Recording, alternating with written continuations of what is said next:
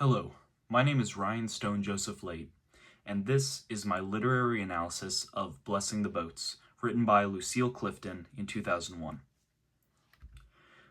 This is Lucille Clifton's 2001 free verse poem, Blessing the Boats. At St. Mary's, may the tide that is entering even now the lip of our understanding carry you out beyond the face of fear. May you kiss the wind, then turn from it, certain that it will love your back. May you open your eyes to water waving forever, and may you in your innocence sail through this to that. Now, Lucille Clifton uses literary devices to convey the way that humans navigate through life's ups and downs. Specifically, Clifton uses metaphor to compare the navigation of life to the navigation of a boat. The short poem on surface level is centered around this metaphor, but on a deeper level, it is also an examination of the human condition, that is, the never-ceasing passage of time from birth to death, similar to the never-ceasing tide with its highs and lows. In the entirety of the poem, there is no punctuation and no breaks. This is not a mistake. The lack of punctuation and the rolling of the text from line to line with no pause allows the poem to replicate the rolling passage of time. Additionally, this gives the reader the impression that even in the ups and downs mentioned throughout the poem, symbolized by the tides and waves, that life continues to go on, and the waves eventually have an end. This end, further characterized by the shortness of the poem, highlights the shortness and fleeting nature of life. Clifton's poem is 14 lines long, yet in this brief poem, Clifton fully displays what our collective human experience is, regardless of where you are in the world. Clifton purposefully makes the first line at St. Mary's, as well as making this the only line with any capitalization.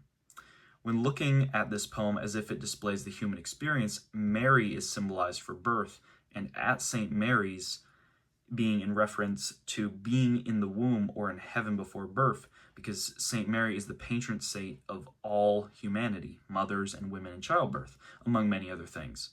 Saying at St. Mary's alludes that the start of the poem takes place where the writer is with St. Mary the most, and it can be inferred that this place would either be in heaven before birth or with a mother giving childbirth.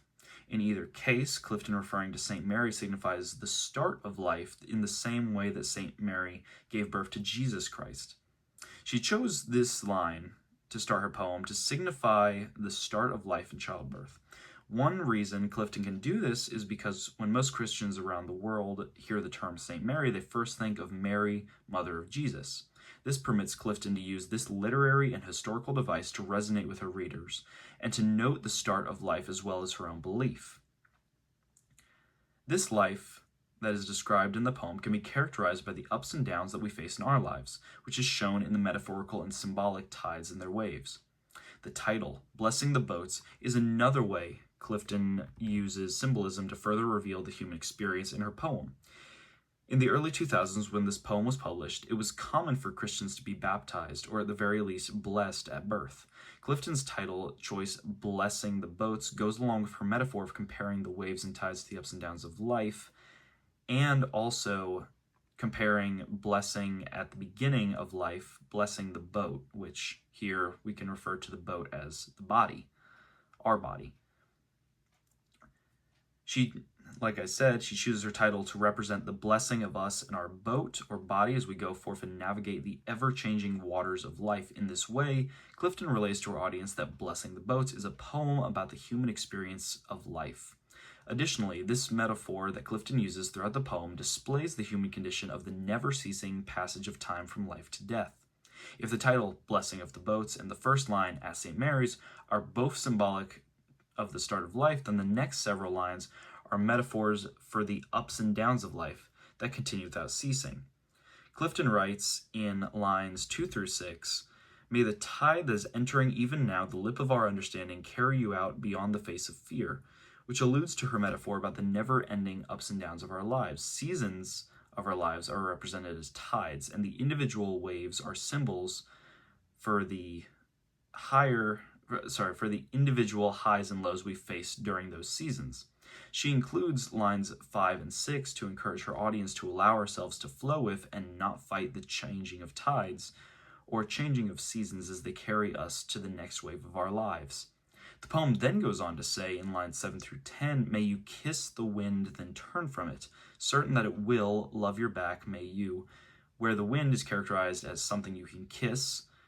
Clifton does this in order to say that when we face wind or turbulence that might try to interrupt or intercept the path we are on, we must face it head on with the grace of a kiss and then turn from it so it can carry you with the flow of the path we are on and allow it to help us on our journey in life. Regarding life, the final 4 lines are filled with rich metaphors for human life and human experience. The end of the poem reads in lines 11 through 14, open your eyes to water, water waving forever, and may you in your innocence sail through this to that, where water is the metaphor for life and living. Water is something we all need to survive, and if the word water is replaced with life, the word life, in lines 11 and 12, then Clifton is saying that her readers need to open their eyes to life, life waving forever. This alludes to the human experience and Clifton's exigence of showing her readers what life is all about, that man needs to open their eyes to the wonders of life, whether it is noticed or not. Life will keep waving forever. Clifton then highlights the fact that man is innocent in his boat ride through life, that this is his first and only time sailing through it. Sailing through this to that is Clifton's way of telling the reader that as life goes on, they must, too, encounter any waves head on and take note of the beauty of life symbolized as waves that they can encounter along the journey. In summation, Clifton uses metaphors, characterizations, and symbols in waves, ships, and a journey to convey the highs and lows of our human experience, the beauties of this experience, and the never-ceasing passage of time accompanying that experience. Thus, even in something as mundane as writing a literary analysis of a short poem, we can still, in our innocence, pass from this to that.